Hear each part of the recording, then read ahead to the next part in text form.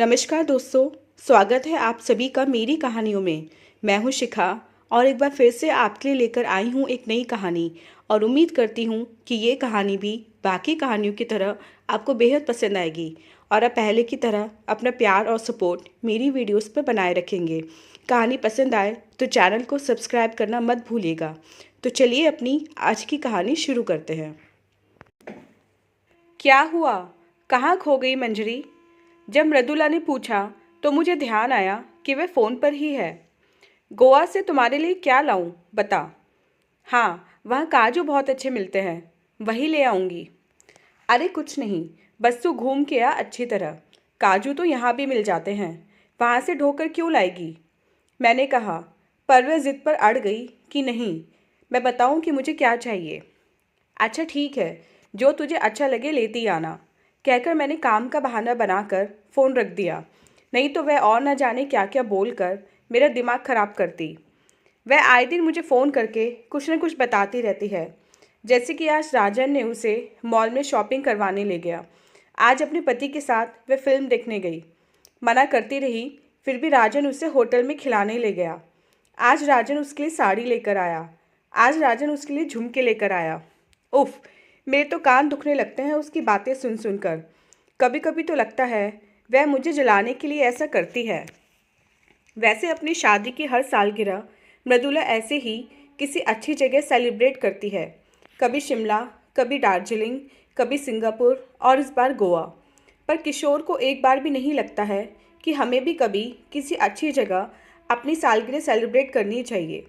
बल्कि वे तो इन सब बातों को फिजूल खर्ची मानते हैं। कहते हैं कि ये सब ढकोसलेबाजी है। एकदम पुराने ख्यालात के इंसान है किशोर। और वहीं मृदुला के पति राजन उतने ही नए और रोमांटिक विचारों वाले इंसान हैं, एकदम मेरी तरह। मैं भी तो ज़िंदगी जीने में विश्वास रखती हूँ, ना कि झेलने में। अच्छे अच्छे कपड़े पहनना, होटलों में खाना, पार्टी करना, ढेर सारी शॉपिंग करना मुझे कितना अच्छा लगता है। मगर मेरे कंजूस पति ये सब मुझे करने दें तब ना। कभी कभी तो लगता है वही औरत सुखी है जो कमाती है। अपने पर खुलकर खर्च तो कर सकती है, लेकिन मृदुला कौन सा कमाती है, फिर भी जिंदगी का पूरा पूरा लुत्फ उठा रही है ना। अब उसका पति है ही इतना दिलदार। मेरे पति तो बस सादा जीवन उच्च विचार वाले इंसान हैं, एकदम बोरिंग। सोचा नहीं था कभी मेरा ऐसे इंसान से पाला पड़ेगा जो एकदम नीरस होगा, बात बात पर पैसा पैसा करते रहते हैं। अरे पैसा ही सब कुछ है क्या? जीवन की खुशियाँ कुछ नहीं। लोग कमाते किस लिए हैं? खर्च करने के लिए ही ना। मगर किशोर जैसे इंसान पैसे को अलमारी में सहेज कर उसे धूप दिन दिखाने में विश्वास रखते हैं, ताकि वे और फलता फूलता रहे। मगर उन्हें नहीं पता कि रखे रखे पैसे में भी दीमक लग जाती है। इंसान को एक दिन मरना ही है, तो क्यों ना सुख मौज करके मरे। मगर ये बात उस मंद बुद्धि इंसान को कौन समझाए? आखिर क्यों क्यों जो चीज़ जिसे मिलनी चाहिए उसे नहीं मिलती? इसका उल्टा ही होता है। हमें एक चीज़ दे दी जाती है और कहा जाता है इसके साथ तुम्हें ज़िंदगी भर निभा करना होगा, चाहे हमें उस चीज़ से नफ़रत ही क्यों ना हो। हाँ, कभी कभी मुझे किशोर के आचरण से नफ़रत होने लगती है। लगता है किस गंवार के पल्ले बांध दी गई मैं, और वहाँ मृदुला रानी से जीवन जी रही है। सच, कभी कभी तो लगता है सब कुछ छोड़ छाड़ कर कहीं भाग जाऊं, क्योंकि इस इंसान से निभाना मुश्किल लगने लगा है। लेकिन हम ऐसी जंजीरों में जकड़े हुए हैं कि उससे मरते दम तक आज़ाद नहीं हो सकते। आज फिर मृदुला ने मुझे यह कहकर शौक दे दिया कि शादी की सालगिरह पर राजन ने उसे हीरे जड़ी अंगूठी दी। फिर बताने लगी कि वे कहाँ कहाँ घूमने गए, क्या क्या खरीदा, वगैरह वगैरह, जिसे सुन सुनकर किशोर के प्रति मेरा गुस्सा और बढ़ने लगा। मैं तो मना कर रही थी, पर यह है कि शॉपिंग पर शॉपिंग करवाए जा रहे हैं। और जानती है मंजरी, राजन तो कह रहे थे कि अगर तुम और जीजाजी भी हमारे साथ गोवा आते तो और मज़ा आता। सच में गोवा बहुत ही सुंदर जगह है। राजन ने तो मुझे जबरन छोटे छोटे कपड़े, कैप्री, जीन्स, टी शर्ट आदि भी खरीदवा दिए और कहा कि यही पहनूं, जब तक गोवा में रहे पहनने पड़े। क्या करती? मृदुला कहे जा रही थी और मेरे सीने में धुक धुक कर आग जल रही थी। अच्छा ठीक है मृदुला, अब मैं फ़ोन रखती हूँ, खाना बनाना है ना। किशोर ऑफिस से आते ही होंगे। और बात ना करने के ख्याल से मैं बोली, तो वे फिर कहने लगी, अरे सुनना मंजरी, मैं तो बताना ही भूल गई। वे तुम्हारे जीजाजी अपनी पसंद से तुम्हारे लिए साड़ी खरीद लाए हैं। कह रहे थे नीला रंग गोरी मंजरी पर खूब फबेगा। सही कह रहे थे। वैसे उन्होंने मेरे लिए भी उसी रंग की साड़ी खरीदी। कहने लगे कि भले तुम सांवली हो, पर मेरे लिए दुनिया की सबसे खूबसूरत औरत हो। अच्छा चल, मैं किसी रोज़ आती हूँ तुम्हारा उपहार लेकर। समझ में नहीं आया कि मंजरी क्या बके जा रही है। लगा बोलना कुछ और चाह रही थी, बोल कुछ और रही है। ठीक है मृदुला, कहकर मैंने फ़ोन रख दिया और बेमन से खाना बनाने लगी। न तो आज मेरा खाना बनाने का मन था और ना ही कोई और काम करने का। मूड एकदम ऑफ हो गया था। तभी किशोर का फ़ोन आया। कहने लगे कि आज उनका ऑफिस में ही खाना है, तो मैं खा लूँ, उनकी राह ना देखूँ। अच्छा है, वैसे भी मेरा खाना बनाने का मन नहीं था, अतः बच्चों को मैगी बनाकर खिला दी और खुद टीवी खोलकर बैठ गई।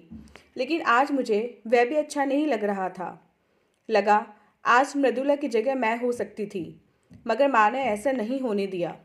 याद है जब लड़के वाले मृदुला को देखने आने वाले थे, तब माँ ने मुझे पड़ोसी के घर भेज दिया, ताकि पिछली बार की तरह इस बार भी लड़के वाले मुझे ही न पसंद कर लें। चूँकि मृदुला मुझसे 1 मिनट बड़ी है, इसलिए ब्याह भी पहले उसी का ही हुआ था। मगर एक साधारण नैननक्श और सांवली लड़की को इतना अच्छा पति मिल सकता है, ये किसी ने नहीं सोचा था। मुझे लगा था जब मृदुला को इतना सुंदर राजकुमार जैसा पति मिल सकता है, तो फिर मुझे क्यों नहीं, क्योंकि मैं तो उससे लाख गुना सुंदर हूँ। लेकिन मेरा सपना तब ताश के पत्ते की तरह भर भरा कर बिखर गया जब पहली बार मैंने किशोर को देखा। जैसा नाम वैसा रूप, एकदम काला कलूटा। लेकिन अब तो शादी हो चुकी थी। याद है मुझे, मृदुला को देखकर मोहल्ले की औरतें कहती थीं कि मंजरी के ब्याह में तो कोई दिक्कत नहीं होगी, पर उस कलूटी को कौन पसंद करेगा। खान से निकले हीरे और कोयले से लोग हमारी तुलना करते थे। जाहिर था मैं हीरा थी और वह कोयला। जैसे जैसे हम बड़ी होती गईं, यह भावना भी मेरे अंदर पनपती गई कि मैं मृदुला से सुंदर हूँ। मेरी बातों से वह आहत भी हो जाती कभी कभी, पर फिर सब कुछ भुलाकर एक बड़ी बहन की तरह मुझे प्यार करने लगती। एक बात थी, छल प्रपंच और ईर्ष्या नाम की चीज़ नहीं थी उसमें। एकदम दिल की साफ थी वह। जहाँ मैं छोटी छोटी बातों का पतंगड़ बनाकर माँ को सुनाती, वहीं वह बड़ी बात भी माँ से छिपा जाती, ताकि उन्हें दुख ना हो। शायद इसीलिए उसे इतना कुछ मिला जीवन में। शादी के बाद जहाँ वह जीवन के सब रस चख रही थी, वहीं मैं हर चीज़ के लिए तरस रही थी। शुरू शुरू में तो किशोर का व्यवहार मुझे समझ नहीं आता, लेकिन धीरे धीरे समझ में आने लगा कि सिर्फ रंग रूप से ही नहीं, बल्कि चाल व्यवहार से भी उदासीन इंसान है ये। उस रोज़ सुबह सुबह ही माँ का फ़ोन आया। घबराते हुए बोली, तुम्हारी मृदुला से कोई बात हुई है? फ़ोन आया था उसका क्या? नहीं तो माँ, पर क्या हुआ, सब ठीक तो है? मैंने पूछा तो माँ भर्राए कंठ से कहने लगी, कल से मैं मृदुला को फ़ोन लगा रही, पर बंद ही आ रहा है। अरे तो जीजाजी को लगा लो, वे भी फ़ोन नहीं उठा रहे हैं। हो सकता है फिर दोनों कहीं घूमने निकल गए होंगे, जाते तो रहते हैं हमेशा। यह बात मैंने ईर्ष्या से भरकर कही। अच्छा आप चिंता मत करो, मैं देखती हूँ फ़ोन लगाकर। सच में मृदुला का फ़ोन बंद आ रहा था और राजन का भी। कहीं कुछ गड़बड़ तो नहीं? माँ की घबराहट देखकर मैंने उसके घर जाने का मन बना लिया। माँ, मैं उसके घर जाकर देखती हूँ, आप चिंता मत करो। लेकिन अब मुझे भी घबराहट होने लगी थी, क्योंकि फिर मैंने उसे कई बार फ़ोन लगाया, पर बंद ही मिलता। किशोर को जब मैंने सारी बात बताई, तो कहने लगे कि मैं चिंता ना करूं, चलकर देखते हैं। पर आपका ऑफिस? जब मैंने पूछा, तो किशोर बोले कि वे मुझे मृदुला के घर छोड़कर उधर से ही ऑफिस निकल जाएंगे और आते वक्त लेते आएंगे। हाँ, यह सही रहेगा, मैं बोली। वहाँ पहुँचने पर जो मैंने देखा, उसे देख स्तब्ध रह गई। मृदुला बिस्तर पर पड़ी करहा रही थी और उसके शरीर पर जगह जगह चोट के निशान थे। चेहरा भी नीला पड़ गया था। बहन को इस हालत में देखकर मेरी आंखें भर आईं। मृदुला, ये सब क्या हुआ? ये चोटें कैसी आईं? और राजन जीजाजी कहाँ हैं? मैंने पूछा। वह रो पड़ी। फिर जो बताया उसे सुनकर मुझे अपने कानों पर भरोसा नहीं हो रहा था।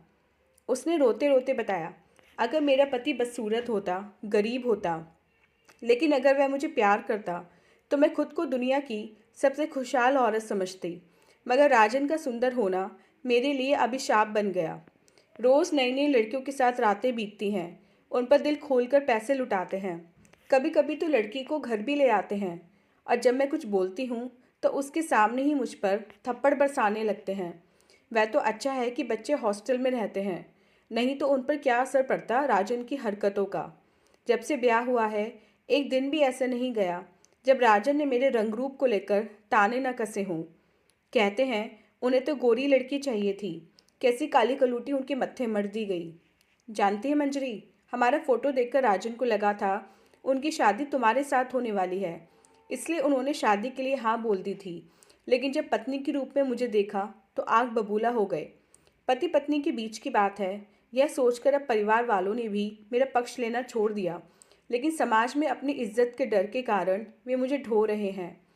कहने को तो मैं उनके साथ गोवा मलेशिया घूमती हूँ, पर वहाँ होती तो उनके साथ उनकी माशूका ही है। मैं तो बस पिछली सीट पर बैठकर तमाशा देखती हूँ। राजन के जो सारे दोष आज तक दबे ढके थे, उन सभी को मृदुला एक एक कर मेरे सामने खोलने लगी। आज तक मैं किशोर को संकीर्ण विचारों वाला और खराब इंसान समझती थी, लेकिन आज मुझे पता चला है कि किशोर कितने अच्छे और सच्चे इंसान हैं। एक लंबी सांस छोड़ते हुए फिर मृदुला कहने लगी, जरा भी चिंता नहीं है उन्हें अपने बच्चों के भविष्य की। मौज मस्ती में सारे पैसे लुटा रहे हैं। 2 महीनों से मकान का किराया बाकी है। मकान मालिक झिड़क जाता है, कहता है कि आपका मुंह देखकर चुप रह जाता हूँ। बहन मानता है वह मुझे, लेकिन घोड़ा कब तक घास से दोस्ती कर सकता है मंजरी। अगर मकान मालिक ने निकाल दिया तो हम कहाँ जाएंगे। सही कहती हूँ, तुम्हारे पति के पैर की धोवन भी नहीं है राजन। वे तुम सबके लिए कितना सोचते हैं, देखती नहीं क्या मैं। एकदम सीधे सच्चे इंसान। विश्वास नहीं हो रहा था कि मृदुला जो कह रही है वह सच है।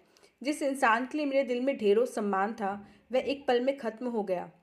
कितना अच्छा इंसान समझती थी मैं राजन को।